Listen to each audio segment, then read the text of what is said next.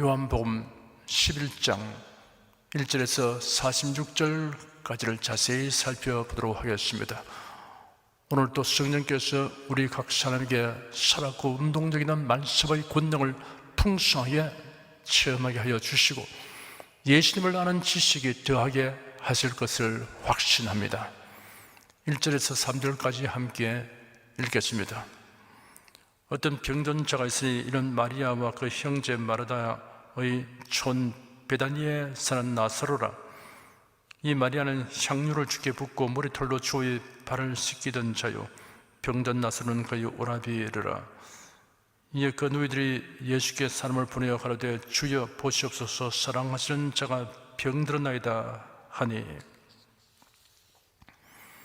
요한복음에는 예수님의 신성을 입증하기 위해 행하신 7대 표적이 기록되어 있습니다. 그 가운데 마지막 표적이면서 최고의 표적은 죽은 나사로를 다시 살리신 이적 사건입니다. 이 사건이 요한복음 11장의 거의 전장에 걸쳐서 기록되어 있습니다. 예루살렘에서 동쪽으로 약 3km 정도 떨어진 곳에 베다니라고 불리는 마을이 있었습니다.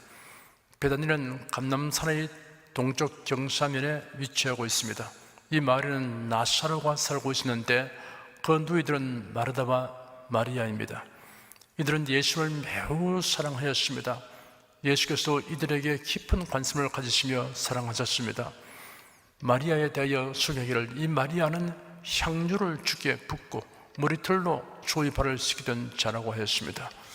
향유 사건은 본문의 나사로 사건 후에 발생한 것인데도 여기에 마리아를 소개하면서 부가하여 언급한 것은 그 사건이 그만큼 사람들에게 널리 알려진 일이었기 때문일 것입니다. 부모님을 여의고 나사로가 가장이 되어 집을 꾸려나가고 있었는데 그만 중병에 걸리고 말았습니다.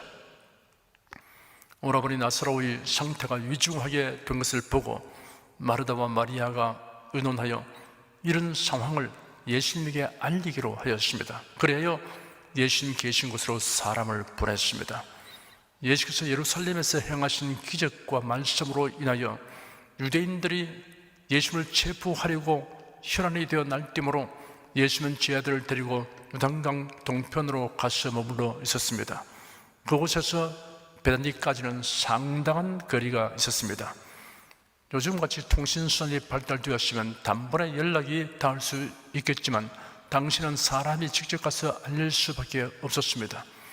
마르다와 마리아는 심부름꾼을 예수님에게로 보내어 주님이 사랑하시는 자가 병들었습니다 라고 알리게 하였습니다. 4절 한 절을 읽겠습니다.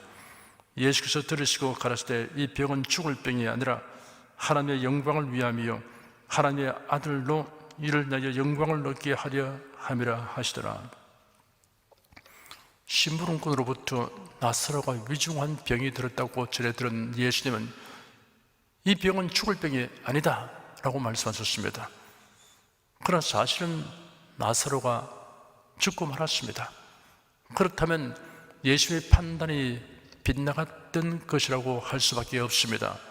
그러나 그런 일은 있을 수 없습니다. 그렇다면 나사로가 죽지만 다시 살아나게 될 것을 예수께서 아시고 하신 말씀입니다. 결론적으로 나사로의 죽음과 다시 살아남을 통하여 하나님의 영광을 나타내고 또한 예수님이 하나님의 독생자이시고 메시아라는 사실을 극적으로 나타내려고 작정하신 것입니다. 5절 6절 두 절을 읽겠습니다. 예수께서 본래 마르다와 그 동생과 나사로를 사랑하시더니 나사로가 병들었다함을 들으시고 그 계시는 곳에 이틀을 더 유하시고 나사로가 위중하다는 통지를 받으신 예수께서 곧장 가지 아니하시고 계시는 곳에 이틀을 더 머무셨습니다. 그들에 대한 예수님의 사랑이 식어진 것이 아니었습니다. 본래 사랑하셨다라고 하였는데 이런 미완료 시제로 되어 있습니다. 여전히 사랑하고 계신다는 뜻입니다.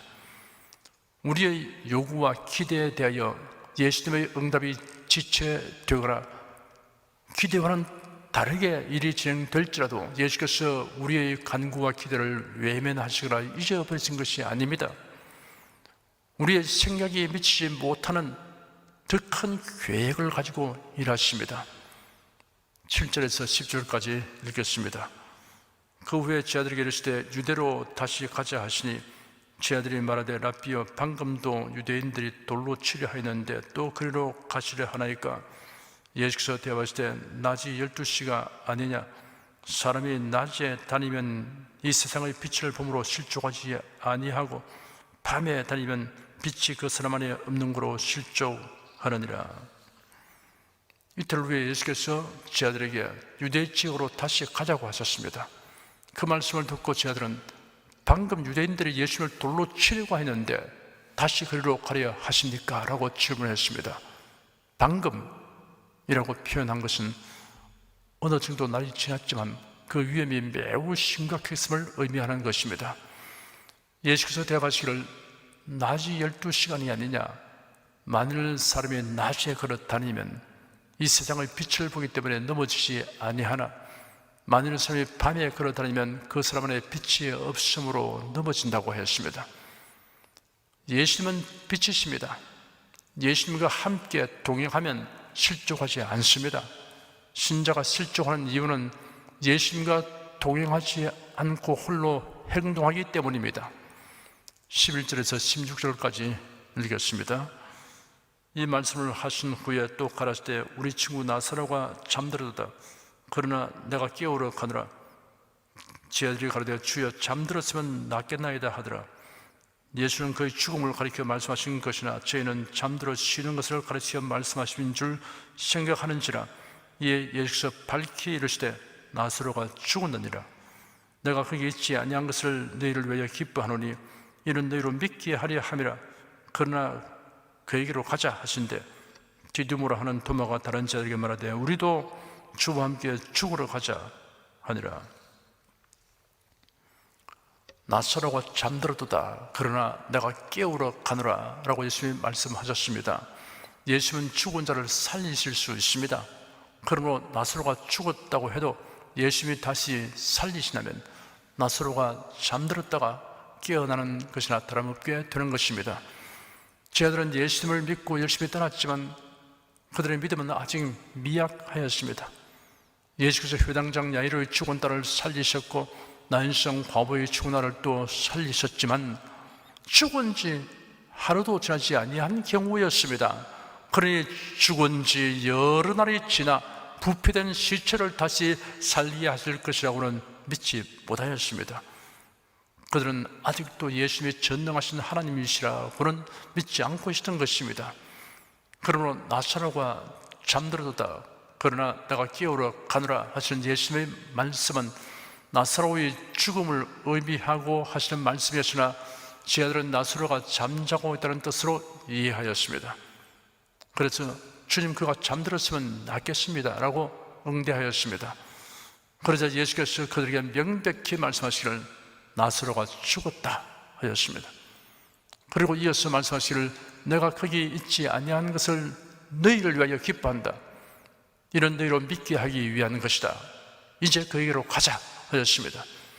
제 아들 중에 도마가 동료 제자들에게 말하기를 우리도 주님과 함께 죽으러 가자 하였습니다. 도마가 판단하기로는 나사로는 이미 죽었고 유대로 가면 바리새인들이 예수님을 죽일 터이니 우리도 죽기로 각오하고 가야 한다는 것이었습니다. 주님을 충분히 알지 못하고 주님의 말씀을 제대로 이해하지 못하면 불필요한 억측이나 고민을 하게 됩니다. 이런 경향이 신자들 누구에게나 있습니다. 다만 믿음의 성장에 비례하여 그 경향이 줄어들게 됩니다. 도마는 이해가 부족했지만 여하튼 죽음을 각오하고 예수님의 결정을 따르겠다고 하는 그 태도는 본받을 만합니다. 17절에서 27절까지 함께 읽겠습니다. 예수께서 와서 보시니 나사로가 무덤에 있은 쯤이 나으리라. 베다니는 예루살렘에서 가깝기가 한 오리쯤 되매 많은 유대인이 마르다와 마리아에게 그 오라비의 일로 위문하러 왔더니 마르다는 예수 오신다는 말을 듣고 곧 나가 맞되 마리아는 집에 앉았더라. 마르다가 예수께 짜오되 주께서 여기 계셨다면 내 오라비가 죽지 아니하였겠나이다. 그러나 나는 이제라도 주께서 무엇인지 하나님께 구하시는 것을 하나님이 줄 줄을 아나이다. 예수께서 가르치되 네 오라비가 다시 살리라. 마르다가 가로되 마지막 날 부활에는 다시 살 줄을 내가 아나이다. 예수께서 가르치되 나는 부활이요 생명이니 나를 믿는 자는 죽어도 살겠고 무릇 살아서 나를 믿는 자는 영원히 죽지 아니하리니 이것을 내가 믿느냐. 가로되 주여 그러하외다. 주는 그리스도시요 세상에 오시는 하나님의 아들이신 줄 내가 믿나이다. 예수께서 베다니에 도착했을 때는 나사로가 죽은 지 이미 나흘이 지났고 장례가 모두 끝난 뒤였습니다. 베다니는 예루살렘에서 가까운 곳이므로 예루살렘에서 문상객들이 많이 왔습니다. 예수님이 오셔서 마을 입구에 계시다는 말을 누가 전했습니다. 마르다는 곧장 예수를 맞이하려고 달려나갔습니다. 그러나 마리아는 그대로 앉아 있었습니다. 마르다가 예수님에게 말하기를 주님, 주께서 여기 계셨더라면 제 오라버니가 죽지 않았을 것입니다 하였습니다. 나사로가 죽어가고 있다는 증거를 바란 예수님이 언제나 오실까 하고 심히 애태우며 기다렸다는 것을 나타내는 말입니다. 만일 예수께서 이곳에 계셨으면 상황이 달라질 것이라는 점을 말씀드린 것이지만 원망 불평을 한 것은 아니었습니다. 마르다가 이어서 말하기를 그러나 저는 지금이라도 주께서 하나님께 구하시는 것은 무엇인지 하나님께서 주실 것을 압니다 하였습니다. 이 말은 만일 오라버니가 숨을 거두지 않고 있었다면 지금이라도 예수님이 하나님께 구하시면 나사로가 회복될 수 있을 것으로 압니다 라는 뜻으로 이해하는 것이 적절합니다. 마르다가 그 다음에 하는 말과 행동으로 보아서 그러합니다. 예수께서 대답하시기를 네 오라비가 다시 살리라 하셨습니다. 그러자 마르다는 마지막 날 부활에는 다시 살 줄을 내가 압니다 라고 대답하였습니다. 그러자 예수는 나는 부활이요 생명이니 나를 믿는 자는 죽어도 살겠고 무릇 살아서 나를 믿는 자는 영원히 죽지 아니하리니 이것을 내가 믿느냐라고 물으셨습니다. 마르다는 주님은 그리스도시요 세상에 오시는 하나님의 아들이심을 제가 믿습니다 라고 대답하였습니다. 이런 대화를 살펴보면 마르다의 믿음 상태를 알 수 있습니다. 예수님에게는 모든 것이 가능하다는 것은 믿지만 지금 나사로를 살리신다는 것은 믿지 못하였습니다. 마르다가 지금 여기서 예수님이 나사로를 다시 살리겠다고 하시는 말씀을 수용하기에는 그 믿음이 부족하였습니다. 마르다는 먼 내일 곧 부활의 날을 연관시켜 말했습니다. 그러자 예수께서 영생과 부활에 관하여 매우 보배로운 말씀을 하셨습니다. 나는 부활이요 생명이니 나를 믿는 자는 죽어도 살겠고 무릇 살아서 나를 믿는 자는 영원히 죽지 아니하리니 하였습니다. 나를 믿는 자는 죽어도 살겠고 하였습니다. 그리스도인의 죽음은 부활을 전제한 죽음이라는 뜻입니다. 부활 시에 영광스러운 몸, 신령한 몸으로 다시 살아날 것입니다. 살아서 나를 믿는 자는 영원히 죽지 아니하리니 하였습니다. 이 생에 살 동안 예수를 믿는 사람의 영혼은 새 생명을 얻어 하나님의 자녀로 거듭납니다. 이러한 새 생명이 예수로 말미암는 영생입니다. 다른 사람이 볼 때 육신의 숨이 끊어졌으므로 죽었다라고 말하지만 본인은 그 순간 짐진 것 같은 육신을 벗고 참되고 영원한 기쁨과 평안을 맛보게 됩니다. 그 영혼은 천사들이 받들어 천국으로 인도합니다. 그러므로 그리스도인에게는 사실상 죽음이 없다는 뜻입니다. 28절에서 37절까지 읽겠습니다. 이 말을 하고 돌아가서 가만히 그 형제 마리아를 불러 말하되 선생님이 오셔서 너를 부르신다 하니 마리아가 이 말을 듣고 급히 일어나 예수께 나아가며 예수는 아직 마을로 들어오지 아니하시고 마르다의 맞던 곳에 그저 계시더라. 마리아와 함께 집에 있어 위로하던 유대인들은 그의 급히 일어나 나가는 것을 보고 곡하러 무덤에 가는 줄로 생각하고 따라가더니 마리아가 예수 계신 곳에 와서 보이고 그 발 앞에 엎드려 가로되 주께서 여기 계셨다면 내 오라비가 죽지 아니하였겠나이다 하더라. 예수께서 그의 우는 것과 또 함께 온 유대인들이 우는 것을 보시고 심령에 통분히 여기시고 민망히 여기사 가라사대 그를 어디 두었느냐 가로되 주여 와서 보옵소서 하니 예수께서 눈물을 흘리시더라.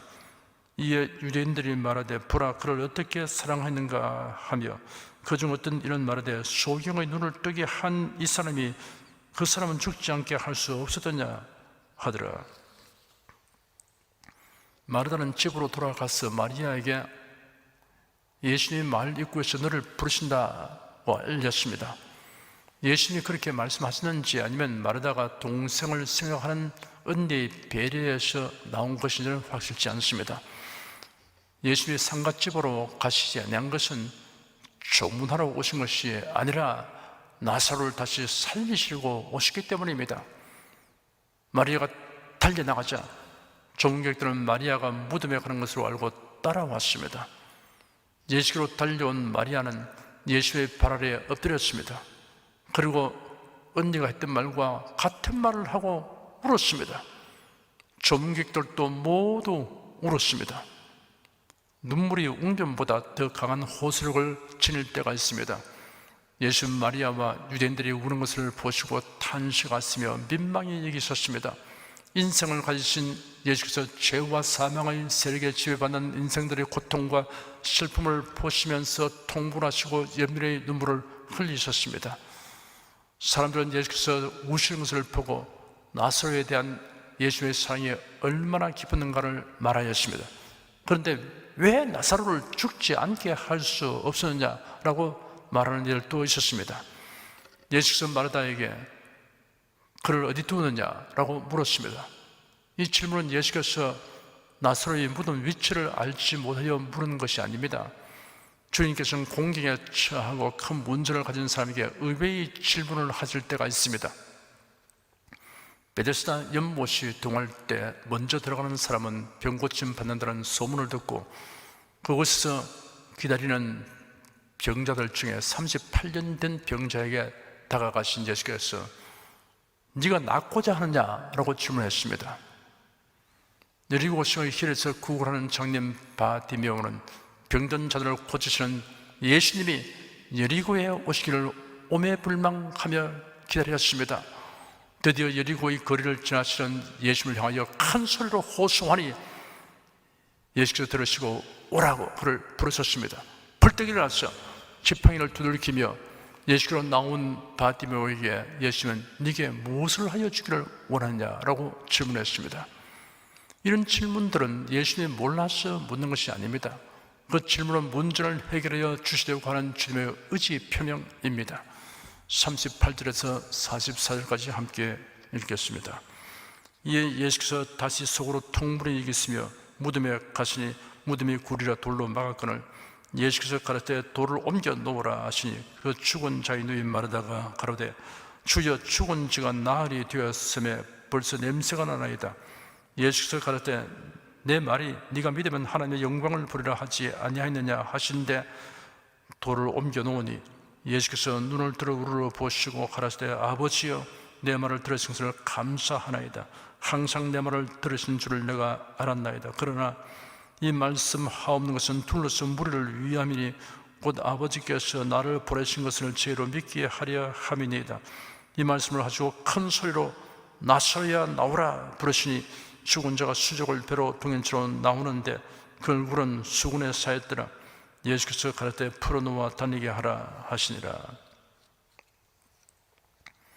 예수님은 나사로의 무덤으로 발걸음을 옮기셨습니다. 무덤은 바위를 판 굴이었습니다. 예수께서 마르다에게 굴로 된 무덤 앞에 막아놓은 돌을 옮겨 놓으라고 지시하셨습니다. 그 무덤 앞에 예수님이 서 계시고 그 곁에 흐느끼는 마르다와 마리아가 있습니다. 그리고 다른 사람들은 몇 걸음 물러서서 그 주위에 둘러서서 있습니다. 그 중에는 함께 슬픔을 나누며 동정 어린 눈길로 마르다와 마리아를 바라보는 사람이 있습니다. 가득한 호기심으로 주위를 둘러보는 자도 있습니다. 대장과 바리새인들에게 보고할 무슨 자료나 얻을까 하고 예리한 길로 지켜보는 자들도 있습니다. 그러나 모두 한결같이 예수께서 어떤 행동을 하실 것인가 예의주시하고 있었습니다. 드디어 침묵을 깨뜨리고 예수님은 부드러우면서도 힘있게 마르다야, 돌을 옮겨놓아라 하였습니다. 뜻밖의 지시에 마르다는 당혹스러웠습니다. 주님, 죽은 지가 나흘이 되어 벌써 냄새가 납니다 하고 난색을 표명했습니다. 마르다가 돌을 옮겨 놓기를 주저하는 까닭이 무엇입니까? 돌의 육중한 무게가 아닙니다. 둘러싼 무리들의 시선과 판단이 아닙니다. 돌을 옮겨 놓기를 주저하게 한 것은 예수님의 의지의 절대성과 말씀의 절대성에 대한 믿음의 부족 때문이었습니다. 예수님은 단호한 음성으로 말씀하셨습니다. 마르다야, 네가 믿으면 하나님의 영광을 보리라고 내가 너에게 말하지 않았느냐? 마르다야, 슬픔과 절망과 어두움에 가득 찬 너에게 하나님의 기적이 나타나기를 원하느냐? 네가 진정 하나님의 영광을 보기를 원하느냐? 네가 믿으면 하나님의 영광을 보리라. 어서 무덤을 막아놓은 저 돌을 옮겨 놓아라. 그리하여 하나님의 기적과 승리와 영광이 너희 삶에 다가오는 통로를 열어놓아라 라는 뜻이 예수님의 지시에 함축되어 있습니다. 마르다는 비로소 결단을 내리고 사람들의 도움을 바라며 그 돌을 옮겨 놓았습니다. 그러자 예수께서 기도하신 다음 무덤을 향하여 큰 소리로 나사로야 나오라 하시자 죽은 나사로가 수육이 배로 사며져 있는 채로 나왔습니다. 여기서 우리가 알아야 할 것은 모든 문제의 해결책이 되는 두 가지 중대한 원리입니다. 첫째, 상황이나 처지보다 예수님의 의지가 더 중요하다는 사실입니다. 아무리 상황이 복잡하게 꼬여 있어도 문제가 크고 많아도 그것을 해결하고자 하는 주님의 의지만 있으면 다 해결되는 것을 우리가 믿어야 합니다. 둘째, 인간의 지식과 경험과 느낌보다 주님의 말씀에 최고 권위를 두어야 한다는 사실입니다.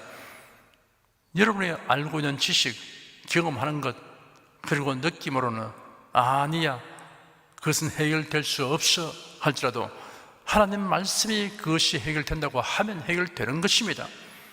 그러므로 우리는 주님의 의지가 어디 있는지를 알기를 힘써야 합니다. 그리고 주님께서 어떻게 말씀하시는가를 살펴보아야 합니다. 주님의 의지를 붙들고 그 말씀에 의거해서 나갈 때는 여러분께서 조금도 걱정하지 말고 담대하게 나가십시오. 그러한 자세는 주님께서 일하시도록 돌문을 활짝 열어 놓는 것과 같은 것입니다. 죽었던 나사로가 무덤에서 나왔는데 수족관 앞으로 감겨 있었고 그 얼굴은 수군에 사며져 있었습니다. 예수께서 사람들에게 풀어놓아 다니게 하라 라고 지시했습니다.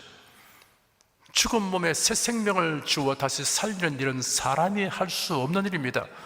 부패된 시체가 여성하게 살아나게 할 수 있는 것은 사람이 할 수 있는 것이 아닙니다. 그러나 다시 살아나는 사람이 삶의 기쁨과 행복을 충분히 향유하는 것은 사람이 해야 할 일입니다.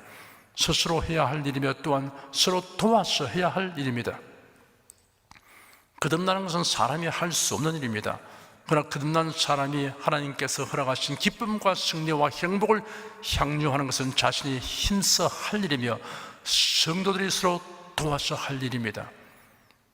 나사로의 머리와 몸에서 수금과 세포를 풀어버리도록 조치하게 한 장면에서 우리가 새 생명 얻은 자답게 살기 위해 취해야 할 조치에 관한 상징적인 의미와 교훈을 얻을 수 있습니다. 새 생명 얻은 성도들에게 합당하지 아니한 것들을 단호하게 제거해야 합니다. 아집과 편견이라는 수금과 세포를 제거해야 합니다. 부정적 생각의 수금과 세포를 제거해야 합니다. 비관적 정서의 수금과 세포를 제거해야 합니다. 품위와 믿음을 손상해야 하는 언어 습성의 수금과 세포를 제거해야 합니다. 지나치게 노심초사하며 고민하고 우울하게 사는 것은 수건을 벗지 아니한 까닭입니다. 세마포를 풀어놓지 아니하기 때문입니다.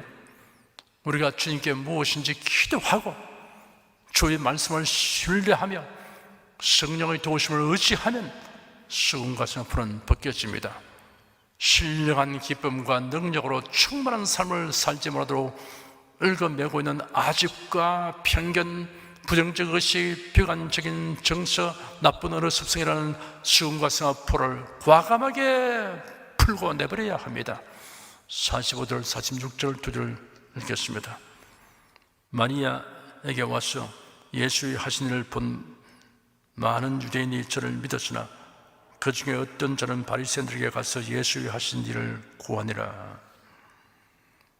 조문하러 왔다가 예수님이 행하시는 일을 목도한 유대인들이 예수님을 믿게 되었습니다. 그러나 그 중에는 예수님을 적대시하는 바리새인들에게 가서 알리는 자들도 있었습니다. 좋지 못한 의도로 그렇게 했을 것입니다. 사람의 마음이 편견과 사리사욕으로 완고하게 되어 있으면 사실과 진실을 직접 보고 들어도 마음의 변화가 없습니다. 하나님의 능력과 사랑을 목도하면서도 변화가 없습니다. 불쌍한 사람입니다. 기도하겠습니다. 예수님이 마르다에게 네가 믿으면 하나님의 영광을 보리라 하신 말씀은 우리에게 주신 말씀이기도 한 것을 압니다. 성경에 기록된 주님의 말씀에 믿음을 부합함으로 하나님의 영광을 보게 되는 체험들이 날이 갈수록 더하여 가는 즐거움을 갖게 됨을 감사드립니다.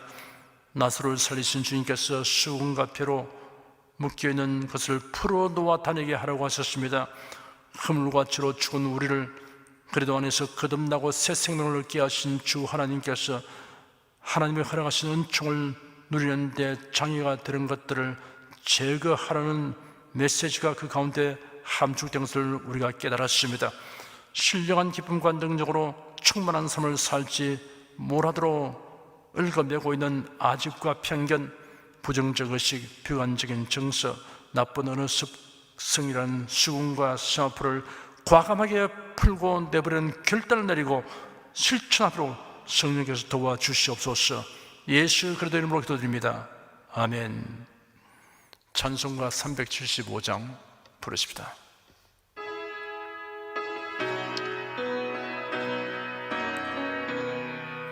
영광을 받으신 만유의 주여 우리가 명령을 좇으리다.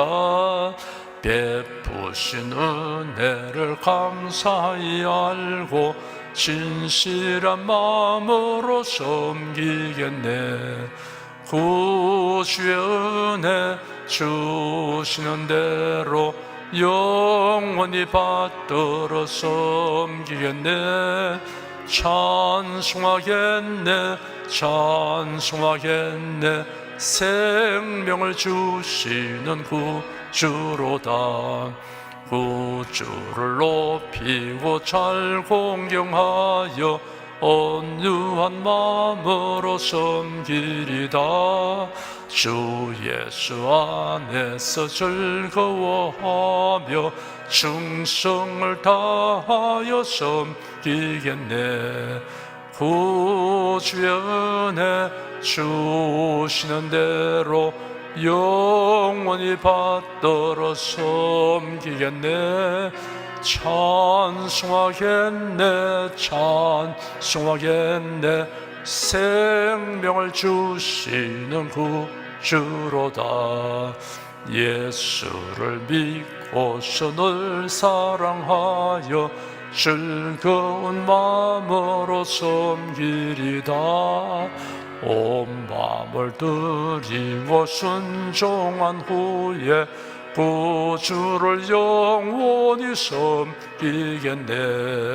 구주의 은혜 주시는 대로 영원히 받들어 섬기겠네. 찬송하겠네 찬송하겠네. 생명을 주시는 구주로다.